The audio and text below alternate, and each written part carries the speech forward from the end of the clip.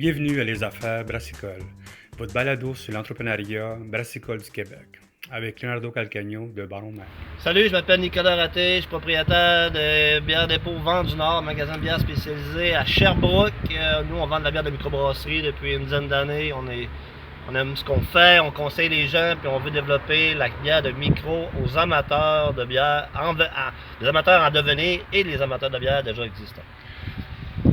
Depuis 10 ans que tu es ici, qu'est-ce qui a changé depuis le début depuis le début qu'on avait peut-être 5-10 brasseries à 200 brasseries, qu'est-ce qui a changé à part ça? Ce qui a changé, c'est il y a beaucoup de joueurs qui se sont rajoutés, beaucoup de nouvelles microbrasseries.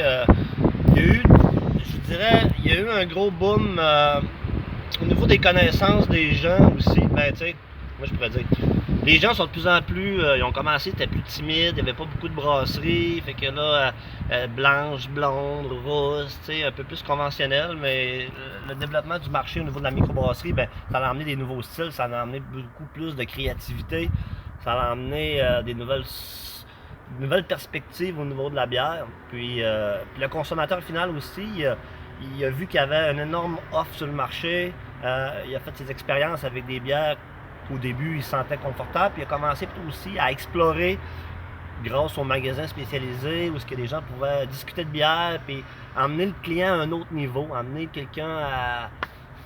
C'est vraiment de la connaissance. Les gens sont plus renseignés, les microbrasseries ils savent qu'est-ce qu'il faut qu'ils brassent pour avoir du succès.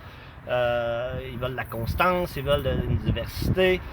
Le marché a beaucoup changé. Avant, je me souviens, je voulais avoir les 600 les 600 bières les plus hautes. Là, au fur et à mesure, là, on veut avoir ce qui est le mieux. On a vu qu'est-ce qui sortait bien, qu'est-ce que on raffine de plus en plus. En tant que spécialisé dans la bière, magasin, mon target est plus d'avoir la plus grosse sélection, c'est d'avoir la meilleure sélection. Travailler avec les meilleurs joueurs, avec les microbrasseries qui ont des belles valeurs. Puis, c'est un peu ça aussi, ce qu'on va encourager en tant que commerce de bière spécialisée à Sherbrooke. Puis en 10 ans, c'est sûr que ce que les brasseurs viennent te voir pour dire est-ce que ma bière est parfaite, est-ce que ma bière a un travail à faire, qu'est-ce qui s'en vient, des trends, ça fait comme ça que tu as quand même un pouls dans l'industrie, le monde vient chez vous acheter de la bière et acheter des affaires comme ça. Est-ce que c'est quelque chose le monde vient te voir pour discuter de ça? Oui, bien, il y a certaines brasseries, les plus petites brasseries veulent vraiment avoir... ils ont besoin de nous un peu, de notre pouls. On est groundé sur les gens en magasin. C'est sûr que les microbrasseries nous consultent. Puis des fois aussi, les clients nous disent comment ça fait que cette bière-là n'est pas pareille d'une semaine à l'autre. Il peut y avoir certaines petites variantes. Les gens ils ont le palais développé, mais surtout, ils veulent avoir une certaine continuité, constance dans les produits. Les microbrasseries, les petites microbrasseries sont soucieux de leur qualité. Ils peuvent avoir des petites variations, tout dépendant de si tel ou blonde disponible ou la disponibilité des produits, des matières premières. Sauf que oui, il y en a ils veulent avoir un peu le pouls dans certaines grandes villes par rapport à leur brand. Est-ce que ça va bien? Est-ce que tu sais. Ceux-là, ils veulent avoir du feedback. Il y a certaines autres brasseries où ils font leurs propres affaires, puis ils nous livrent les produits, puis c'est bien correct, chacun leur approche, mais c'est tout le temps le fun de se consulter un peu, voir un peu l'opinion des commerçants qui vendent leurs produits. Mais t'es l'ambassadeur number one quand il arrive quelqu'un. Moi, souvent, je vois ça, le monde comme vous autres, c'est le number one ambassadeur. Quand quelqu'un va acheter une bière, on vous voir vous autres. Si vous avez déjà une idée que la bière n'est pas bonne ou que le gars ne fait pas une bonne job, c'est pas la bière que tu vas pousser parce que tu sais qu'ils font pas une bonne bière. Ben ouais, effectivement. C'est ça l'affaire, tu sais. Puis on se parle aussi entre commerçants, entre magasins spécialisés aussi, on a quand même une bonne communication.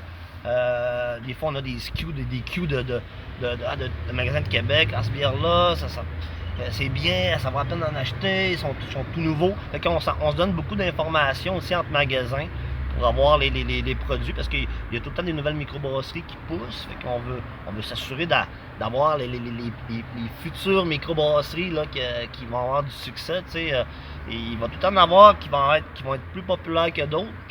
Mais c'est une question. Moi, je trouve que ce qui est important, c'est dans la canette ou dans la bouteille, quand tu es assis et tu dégustes, la qualité est là. Si le produit il est vraiment bien fait, il y a une certaine... le staff en magasin, ça va lui faire plaisir de conseiller en conséquence. Quand quelqu'un, le staff là, en magasin, il ne faut pas les oublier parce que c'est eux autres qui décident. C'est une journée, je vais te prendre une bière d'une telle brasserie que je vais conseiller à un client, ou je vais prendre l'autre qui est relativement dans la même lignée, mais ça va aussi sur le staff, qu'est-ce qu'ils aiment conseiller, c'est quoi leur goût, c'est quoi. Mais il faut écouter notre clientèle, il faut s'assurer que la clientèle, ce qu'ils recherchent, d'être le plus près de leur goût, puis leur donner le meilleur produit possible pour eux. Mais il y a quand même une certaine compétition entre les microbrasseries. On le voit, il y en a qui sont un peu plus agressifs. Mais c'est ça la game. La game elle change, puis ça se raffine. On va avoir on fait confiance aux micros parce que les brasseurs québécois sont très créatifs, sont le fun, sont allumés. Tout le monde s'observe. Qui va sortir de la prochaine bière? Hot ou le truc, le trend au bout. Mais c'est ça qui est le fun. C'est un domaine qui est constamment en changement. Puis c'est très intéressant de faire découvrir le terroir québécois, c'est sûr.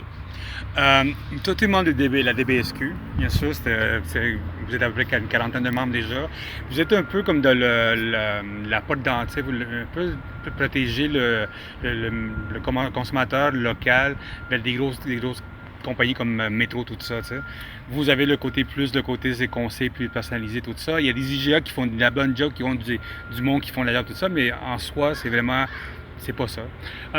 Qu'est-ce qui manque dans DBSQ pour que ça devienne quelque chose de plus comme le branding, que le monde soit comme voici notre brand à nous autres, voici notre qualité qui va faire que on va pouvoir dire DBSQ est allé là-bas, c'est quoi nos conseils de DBSQ, tout ça. Est-ce que tu sens que c'est quelque chose qui manque en arrière de ça?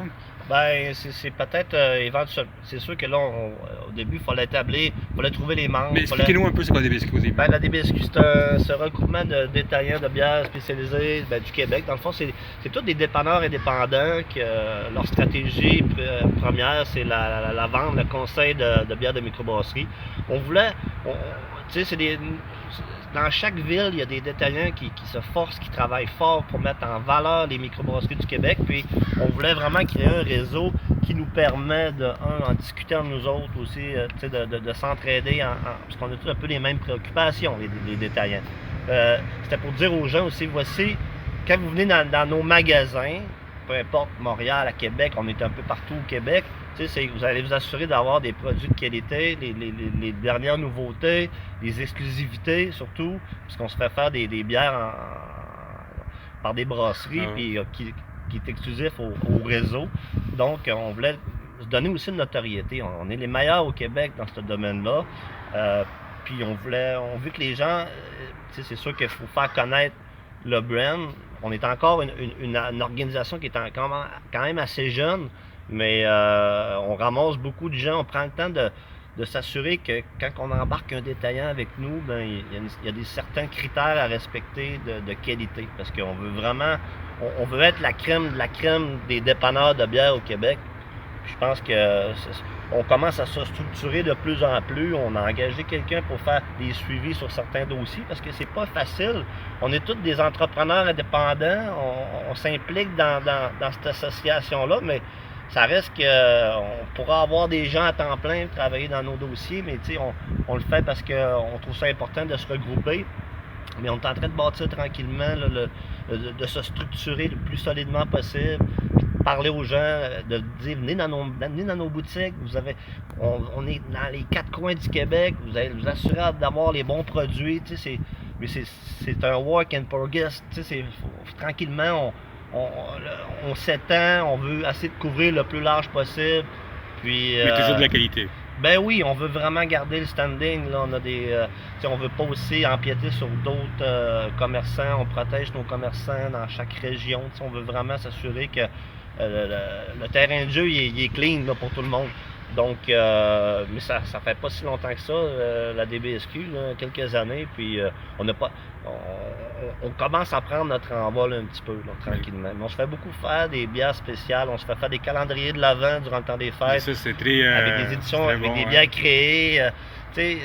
On a quand même, il y a des bonnes choses qui se sont, c'est beaucoup de contacts aussi, c'est beaucoup d'avoir une force aussi, une force qui est, comme tu disais depuis dans le début, il y a des épiceries qui travaillent super bien, des grosses chaînes, c'est correct, ils font leur business, mais nous, nous, on en vit, c'est notre passion, tandis qu'une épicerie, sa profession, c'est épicier, là, tu sais, nous autres, on est des détaillants de bière, de microbrasserie, donc on gravite plus, on est plus dans notre core business, je veux dire, versus des grosses épiceries où la bière, c'est accessoire.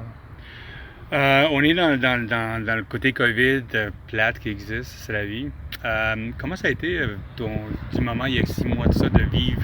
Comment tu as structuré tout ça? Comment tu as vécu tout ce moment-là ici de ta business? Ben, ça n'a pas été super facile. Dans le fond, c'était plus ma préoccupation, c'est que c'était plus au niveau du staff, du personnel. Okay. Tu sais, le personnel s'en venait un petit peu anxieux. On savait pas vraiment c'était quoi ce virus-là. On était tout un peu dans le néant. C'était un peu mystérieux tout ça. Fait que nous, on a fermé les 2 boutiques parce que le staff était rendu. Puis même moi, on était tout un peu nerveux. On savait pas, on avait beaucoup de se laver les mains. C'était rendu comme. Obsessif un peu. Ouais, c'était obsessif. Puis là, on a pris la décision avec mon partenaire Émile à Rock Forest. On a pris une décision de dire on va fermer les boutiques et on va virer complètement en ligne, 100% en ligne. Okay. Donc on avait déjà un bout de plateforme de montée. Ça faisait 1 an qu'on travaillait sur une plateforme web pour vendre des produits. Puis, ça s'appelle Sulfly. Sulfly.ca. Sulfly.ca, on a fermé le 23 mars le magasin, le 24 on faisait 30 livraisons à Sherbrooke. Ah ouais? On s'est dit, on est-tu capable de faire nos opérations sans que les gens viennent dans le magasin, mais on va aller vers les gens. Fait on a commencé à monter des caisses concept. On a mis ça en ligne, on a fait de la promo, la publicité un peu. Puis on a livré, là, on a fermé à peu près 2 mois de temps, on a livré 3500 livraisons. On a fait 3500 livraisons dans le Grand Sherbrooke. Ça a été un succès monstre parce qu'on arrivait avec des ensembles. C'était facile pour le consommateur. Il arrivait sur notre plateforme, sulfly.ca, facile. Là, tu peux acheter une caisse des Cantons de l'Est régional, tu peux acheter une caisse d'IPA. On faisait des ensembles. Au lieu de mettre tout notre inventaire en ligne, parce que c'est compliqué des fois, il manque une bière, il n'y en a plus. Bref, on a dit, on va créer des ensembles. Fait qu'on a commencé à travailler beaucoup avec nos microbrasseries de la région. On les a acheté beaucoup de bières pour les faire rayonner. Il y avait tout aussi ce mouvement local-là qui était en train... les gens en consommation locale, encourager les entreprises pour pas qu'il y ait de difficultés. Fait qu'on on a eu du fun parce qu'on a monté, ça nous a fait, on a travaillé autant que si on serait ouvert, mais les gens venaient pas en magasin. J'avais une équipe des 2 magasins qui était en train de monter les caisses. Il y avait quelqu'un qui répondait aux courriels en ligne. Il y en a qui livraient. Il y en a qui dispatchaient. On avait tout un petit rôle à jouer dans cette nouvelle aventure-là qui était la livraison, d'aller voir les gens. Parce que le monde avait le temps un peu de prendre la bière là, durant le COVID. Puis on a fait notre business, ça a super bien été. Sérieux, on a travaillé fort. Mais je pense que ça nous a ça nous a un peu froissé dans le dire, on est capable de... Il y a tout un moyen de moyenner. Il y a tout un moyen de s'en revirer de bord sur un 10 cents. Oui, on avait une plateforme qui était presque avancée, finale, mais on travaille avec un freelancer là-dessus, puis lui, c'est un amateur de bière, c'est un de nos clients, fait que ça a été quand même assez facile de faire ça à distance, de fignoler pour être prêt à livrer, puis que les gens commandent, qu'il n'y ait pas de bug en ligne, qu'il y ait une belle fluidité, que les gens ils leur produisent rapidement dans les 24 heures suivant la commande. Fait que ça a été tout un défi relevé. Mais c'est notre business. C'est notre business. En ligne, c'est notre business. En magasin. Mais là, ce qui est le fun, c'est que présentement, on a ouvert les magasins au mois de mai. Fait que ça permet. Là, les gens, ils viennent en magasin. Il y en a qui peuvent commander. On va leur livrer encore. La livraison en marche encore. On a un service take-out aussi, qu'on prépare les commandes. Les gens, ils viennent, ils rentrent, ils disent hey, j'ai une commande, elle est déjà prête pour eux autres. Fait que, tu sais, le Sulfly à la base, c'était pour du take-out en magasin pour les gens pressés. Moi, j'avais souvent des clients qui me disaient moi, j'ai une famille, je travaille fort, j'ai pas le temps de passer, venir voir tes plein de bières, tes nouveautés. J'aimerais ça, c'est un client qui m'avait dit ça, disait ça. Je serais prêt à payer pour que vous me préparez mes commandes pour moi. Fait que ça avait mijoté. Puis le Sulfly a été un peu créé à cause de ça. C'était pour faciliter le magasinage des gens pour ceux qui sont pressés ou qui n'ont pas beaucoup de temps. Mais le Sulfly a évolué vers de la livraison parce qu'on n'a pas eu le choix de livrer, là, on a pris la décision d'aller porter la bière chez les gens. Donc ça a été vraiment, le Sulfly a été modifié, mais là on est sur tous les fronts, en ligne, en livraison, en take-out, puis les gens qui viennent en magasin, ils viennent se faire conseiller. Puis l'habitude de consommation, c'est qu'est-ce qui a changé à l'arrière de ça, tu sais, d'avoir 2 magasins, puis maintenant avoir quelque chose en ligne qui est assez powerful, disons. Qu'est-ce qui a changé dans la vision de votre compagnie, vous autres? C'est d'impliquer tout son monde comme il faut, que t'assurer que tout le staff, tous les employés comprennent de où est-ce qu'on est rendu, où est-ce qu'on veut s'en aller. C'est la communication entre mon partenaire et moi, avec notre équipe de com, d'essayer de faire comprendre à notre staff que voici la façon qu'on va fonctionner. Il y a des nouvelles opérations qu'on doit mettre de l'avant, puis qu'ils soient au courant de qu'est-ce qu'on fait, où est-ce qu'on s'en va. Il faut vraiment tout le temps que les employés soient... Ces autres sont précieux, ces employés-là, on veut les garder, c'est des gens qu'on a depuis une couple d'années, mais on veut qu'ils se sentent à l'aise dans cette nouvelle façon de faire-là, qu'il n'y ait pas d'ambiguïté, que ça roule bien, sans négliger aussi ceux qui viennent en magasin. Ouais. Faut surtout pas, parce que en ligne, des fois, le client n'est pas là, mais le client est chez eux, fait qu'il faut pas l'oublier lui aussi. Le client qui est live en magasin, il s'est déplacé en plus, lui, il faut qu'il s'en occupe, faut qu'il s'en occupe. Le gars en ligne, le gars en magasin, c'était des nouvelles façons de faire. Là, on était. Mais je pense que des fois, ça prend des événements exceptionnels pour faire bouger les choses, puis de faire. Tu sais, comme on dit, c'est là que tu peux manger un coup de pied dans le cul, te réveiller, puis dire, tu sais, excusez l'expression, mais tu sais, moi, là, je pense que des fois, ça prend des événements extraordinaires pour créer des choses extraordinaires. Mais moi, j'ai parlé avec beaucoup de brasseurs qui me disaient qu'est-ce qui a aidé la COVID, c'est prendre le recul qu'ils ne pouvaient pas parce qu'ils étaient tout le temps il était tout le temps sur la pédale, puis il allait tout le temps, puis tout à coup, ça va être comme OK, ça fonctionne pas, on va ici, on fait pas ça ici. Pourquoi je dépense mon temps là-dedans? Enfin, je peux le voir que je voyais pas avant, si je mettais mon énergie qu'il fallait pas. Tu sais. Il y a beaucoup de brasseurs détaillés m'ont dit ça a été le moment de un mois je suis dehors, je suis comme OK, what's up, man? Ça, faut que j'arrête ça. Ça, il faut que j'aille mon énergie va là-bas, puis tout à coup, tu t'en vas là-bas, mais tu es tout le temps sur la pédale, tu ne vois pas qu'est-ce qui se passe. Effectivement, ça te permet de faire un recul tout à fait, puis de dire comment je peux améliorer mes opérations, est-ce que c'est correct que je marche de même. Fait que ça fait comme un peu shaker tout le monde. Tout le monde la section, tout ça, ouais. C'est ça. Mais est-ce que le web, est-ce que c'est quelque chose que vous voulez pousser de plus en plus en dehors de Sherbrooke ou la section de Sherbrooke, c'est quelque chose que vous dites, il y a un futur en arrière de ça, est-ce qu'on va vraiment créer un département plus loin de ça? Est-ce qu'on va mettre en place des stratégies d'infolettes, des affaires comme ça pour mettre ça en place? Ben, c'est sûr que le web, on l'enlèvera pas, on va le peaufiner à long. On veut commencer à faire un service global aussi. On a parlé dernièrement, on veut livrer de la bière, on veut aussi ramasser les vides des gens. Okay. Tranquillement, on veut offrir une option globale. Une stratégie globale, effectivement. Tu commandes en ligne, tu as tes produits, je vais te les livrer, tu es content, tu bois, après ça je te ramasse, je te crédite, tu mets ça sur ton compte. Fait que on veut créer une certaine habitude chez les gens, parce qu'il y en a qui savent ce qu'ils veulent vraiment, il y en a qui savent pas, ben ils peuvent venir en magasin se faire conseiller, mais tu sais, c'est sûr qu'on va peaufiner l'approche pour s'assurer que globalement le client il peut être satisfait de A à Z, puis surtout le bout des vides, ben, on peut y débarrasser de ses vides. Ça, c'est comme, ça, c'est génial. C'est un dieu pour beaucoup de monde. Hein. Fait que non, on est bien content, puis c'est sûr que, oui, il y a beaucoup de, tu sais, où je pense que la plateforme est quand même bien rodée présentement, tu sais, puis je pense pas qu'on va vouloir non plus mettre notre inventaire en ligne. On veut créer, la bière, c'est un style de vie, c'est un style. Moi, non, c'est pas un style. Ben, la bière, là, tu l'amènes au restaurant, mais quand tu rencontres des amis, quelqu'un, tu as le goût de partager une bonne bière, tu arrives de faire un peu de sport, tu as le goût de te rafraîchir avec une bonne bière. C'est plutôt des. Puis je trouve que c'est. Nous, d'avoir fait des ensembles, puis j'en reviens à dire que c'était quand même un choix judicieux parce que ça nous évite aussi c'est moins de gestion en magasin. Avoir un système, tout tenir tes produits en ligne, faire la maintenance de ça, c'est des coûts, c'est des nouvelles opérations, puis c'est sûr que des fois ça peut devenir pesant. Tu peux avoir un gros système, mais lourd et dur à gérer.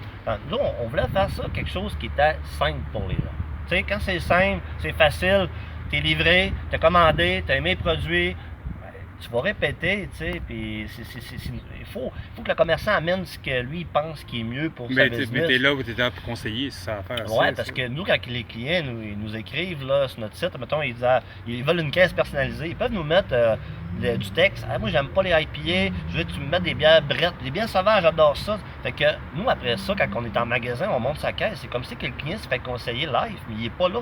Mais c'est quand même mon staff qui prend le temps de lire, de dire, bon, qui veut ça, avec ses connaissances en magasin. C'est comme si que le client, virtuellement, il est pas là, mais il serait là. Fait que tant que les gens, on a eu des bons commentaires, ça a fait redécouvrir des bières à des gens aussi.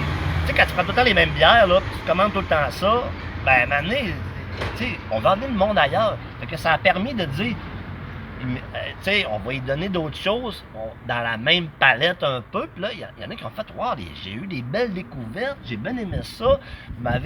C'est ça que les commentaires qu'on a beaucoup depuis qu'on est rouvert, c'est que, hey, vous nous avez envoyé des bières vraiment tripantes. Puis il y en a qui ont, j'ai redécouvert tel style, j'ai découvert, j'avais longtemps que j'avais pas goûté à ça, je l'ai adoré. Fait que je pense que ça a eu du positif parce que les gens ils ont été bien satisfaits de là. Parce qu'on ne mettra pas n'importe quoi dans nos caisses. Là. On met des produits de qualité. Puis, c'était ça la stratégie. On voulait continuer à être le plus créatif puis de faire découvrir le plus possible les bières au monde. Qu'est-ce qui s'en vient dans le futur? Tu vois par le côté bien sûr, le côté web, bien sûr, tout ça. Mais qu'est-ce que tu vois en dehors de ça pour développer ton magasin, tout ça, dans un côté post-Covid, qu'il n'y a pas de festival, il n'y a rien comme ça? Qu'est-ce qui s'en vient pour vous autres? Ben, nous autres, au centre-ville, il y a des Renault qui s'en viennent, des Renault majeurs à l'extérieur parce que c'est une vieille bâtisse. Donc, on s'en refait une petite beauté. Ouais. Je dirais, c'est par nécessité parce que la bâtisse, elle est pas jeune. Sinon, on a des projets de développement, ça je peux pas trop en parler, mais dans du Nord, là, on s'est fait offrir des possibilités. On s'est fait offrir je veux dire que le monde aime beaucoup notre concept. Faut y aller tranquillement, faut y aller stratégiquement. Il faut tout le temps marcher plutôt que courir tout le temps. Effectivement, on y va, dans le fond, la boutique à Rock Forest, super, numéro 1, tu sais. Fait qu'on est en train de peut-être aussi de la petite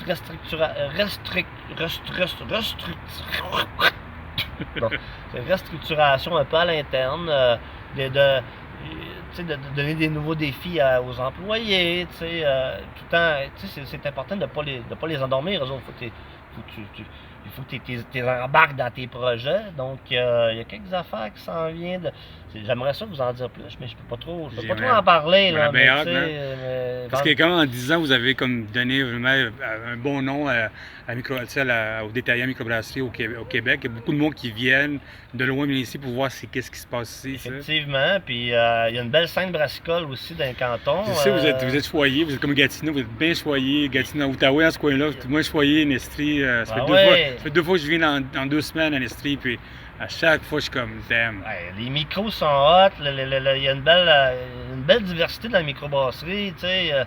Il y a des vieilles micros, le Lion, le Ciboire qui est très créatif, il y en a plein d'autres. L'université, Bishop fait plein d'affaires. Ouais, non, on est, tu sais, c'est le fun. Le côté global de tu sais, il y a quelque chose qui se tient là à Sherbrooke. C'est une ville étudiante, il y a beaucoup de jeunes, tu sais, c'est un beau marché, c'est un beau coin. Gatineau aussi, tu sais, le brouhaha, j'aime bien le brouhaha, Gilles, tu sais, il y a le Bas-Canada, il y a chaque coin. À la dérive, tout ce là, tu sais, chaque région du Québec, là, a des beaux atouts, là, tu sais, pas, là, tu sais, fait que, moi, je pense que, venez nous voir dans les cantons de l'Est, ça va nous faire plaisir de jaser avec vous autres. Puis vous avez besoin de conseiller de bière. En passant, quand vous venez au Vent du Nord, les produits sont aux frettes. On fait attention, là, on rationne nos produits, on a un gros roulement. Fait que, tu sais, on offre juste la crème de la qualité. Fait que, puis le staff est dynamique, sympathique, c'est le fun. On a une belle équipe, on est très content de faire partie du développement de la bière québécoise, mais de la région, on est bien content. Alexandre, merci beaucoup. Hein? Ouais, merci, super gentil, c'est bien drôle, c'est bien smart, c'est bien fun.